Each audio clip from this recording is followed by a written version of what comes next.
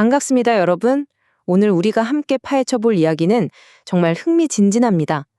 새로운 가족이 탄생하고 자리 잡는 그야말로 롤러코스터 같은 현실적인 여정을 흥미로운 사회학적 개념들을 쏙쏙 뽑아서 해설해 드릴 거거든요.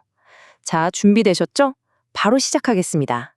본격적인 이야기에 앞서 살짝 무섭지만 진짜 중요한 질문 하나 던져볼게요. 인생에서 가장 기쁘고 행복해야 할 결혼이라는 빅 이벤트 직후에 왜 부부의 결혼 만족도는 종종 바닥으로 곤두박질 치는 걸까요? 그 미스테리한 답을 찾기 위해 오늘 우리가 밟아갈 여정입니다. 가족 관리와 피드백 체계부터 시작해서요. 형성기 가족의 탄생, 신혼의 갈등과 해결책, 자녀 출산과 자원의 변화, 부모 역할과 만족도 하락, 그리고 마지막으로 부모 적응을 위한 전략까지. 가족 체계 이론이라는 아주 날카로운 렌즈를 통해서 쫙 한번 훑어보겠습니다. 자, 그럼 첫 번째 주제, 가족 관리와 피드백 체계로 바로 들어가 보죠. 우선 가족을 그냥 사람들이 모인 집단이 아니라 하나의 정교한 관리 체계로 바라보는 것부터 시작해 볼게요. 이게 무슨 말이냐면 우리 가족의 모든 일상적인 행동이 자원을 늘리거나 줄인다는 겁니다. 마트에서 장을 보는 건 자원을 깎아먹는 소비고요. 내 집 마련을 위해 돈을 모으는 건 자원을 불리는 저축과 투자인 셈이죠. 그러니까 매일매일의 평범한 일상이 이 체계에 들어가는 투입 요소가 된다는 뜻입니다. 여기서 진짜 흥미로운 우리 상식과는 완전 정반대인 개념이 하나 등장하는데요. 바로 피드백입니다. 사회학에서 말하는 긍정적 피드백이란 무언가 계획대로 안 흘러갔을 때 원래 현실은 이렇게 혼란스러운 거지 하고 쿨하게 인정하는 걸 뜻합니다. 반대로 부정적 피드백은요? 절대 안 돼, 원래대로 해 하면서 기존 상태만 융통성 없이 고집하는 걸 말하죠. 신기하죠? 그럼 이 책의 이론을 우리 여정의 첫 출발점, 두 번째 주제인 형성기 가족의 탄생에 한번 대입해 볼까요? 전체 가족 생활 주기를 쭉 펼쳐놓고 보면 방금 말씀드린 형성기는 딱 이 출발선에 서 있습니다. 결혼이라는 엄청나게 거대한 사건이 투입되면서 빵 하고 시작되는 첫 단계인 거죠. 그런데 이 시기 정말 활기차면서도 진짜 정신없습니다. 가족이라는 시스템 안에 새롭게 처리해야 할 미션들이 말 그대로 쏟아지거든요.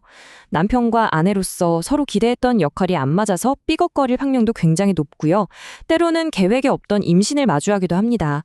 또 재미있는 건 이 시기에 아내가 친정집의 정서적인 지원에 엄청나게 의존하는 경향이 나타난다는 거예요.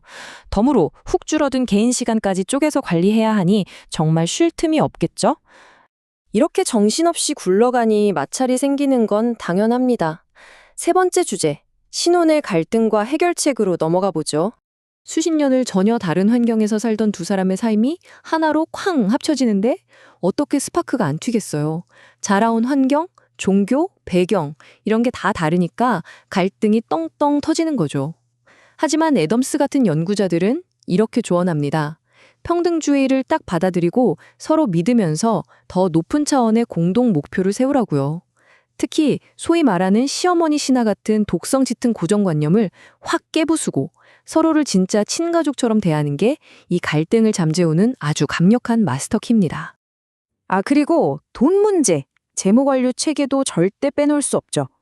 신혼부부는 보통 아직 소득은 좀 낮지만 반대로 씀씀이도 크지 않아서 평균 소비 성향이 낮게 나타납니다. 이게 무슨 의미일까요?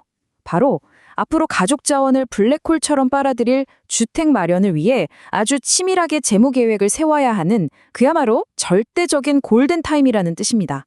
놓치면 안 되겠죠? 자, 이제 가족 체계를 뒤흔들 가장 거대한 사건이 등장합니다. 네 번째, 자녀 출산과 자원의 변화입니다. 첫 아이가 태어난다는 건 기존의 자원 교환이나 소비 규칙을 그냥 완전히 싹 다 갈아엎는 궁극적인 시스템 충격이에요. 그런데 부부들이 아이를 갖기로 결심하는 그 동기들을 보면요, 흥미로울 정도로 엄청 다양합니다. 아이를 키우는 게 세상에서 제일 가치 있는 일이라는 깊은 심리적 유대감 때문이기도 하고요. 가문을 이어야 한다는 전통적인 아들 선호 사상이나 반대로 키우기 수월하고 정서적으로 잘 통한다는 이유로 딸을 선호하는 경향까지 아주 다채로운 이유들이 뒤섞여 있습니다. 게다가 우리 사회는 어떤가요? 생명은 하늘이 주는 은총이다. 이런 말처럼 부모가 되는 기적에 대해 아주 아름답고 이상적인 메시지를 끊임없이 쏟아냅니다. 이런 분위기 속에서 가족 시스템이 기대하는 산출물의 기준치, 즉 우리는 완벽하고 행복한 부모가 될 거야 라는 기대감은 그야말로 하늘 높은 줄 모르고 치솟게 되는 거죠. 하지만 현실은 어떨까요? 5번째 주제, 부모 역할과 만족도의 하락에서 그 뼈아픈 현실을 짚어보겠습니다. 여기서 아주 묵직한 팩트 폭격 하나 들어갑니다. 첫 아이가 태어난 직후에 부부의 결혼 만족도는 그야말로 급격하게 추락합니다. 왜일까요? 가족 시스템이 갑자기 엄청나게 딱딱하고 경직된 전통적인 성 역할로 휙 돌아가 버리거든요. 게다가 이 시기에 엄느들의 커리어가 뚝 끊기는 경우가 많아서 이게 아주 깊은 불만족의 씨앗이 됩니다. 그러니까 첫 아이 출산이란 말로 다 할 수 없는 엄청난 기쁨인 동시에 그만큼의 거대한 고통을 동반하는 사건인 겁니다. 게다가 이 무거운 짐, 절대 공평하게 안 나뉩니다.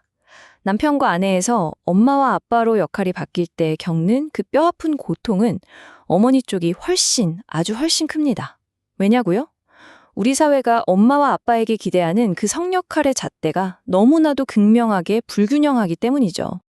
자, 그렇다고 이 거대한 시스템 에러 상태에 여러분을 그냥 내버려둘 순 없겠죠? 마지막 6번째, 부모 적응을 위한 핵심 전략을 챙겨볼 시간입니다.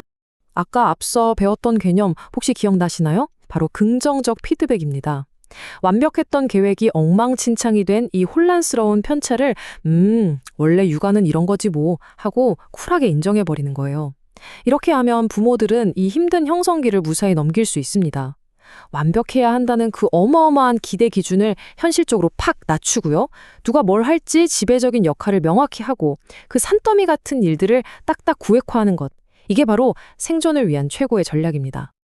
자, 이제 오늘의 해설을 마무리하면서 여러분의 머리를 띵하게 만들 도발적인 질문을 하나 던져보겠습니다.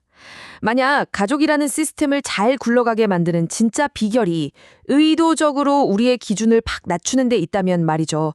우리가 그토록 아등바등 쫓고 있는 그놈의 완벽한 가족이라는 환상, 혹시 그게 오히려 우리를 싸우게 만들고 불행하게 만드는 진짜 원인은 아닐까요?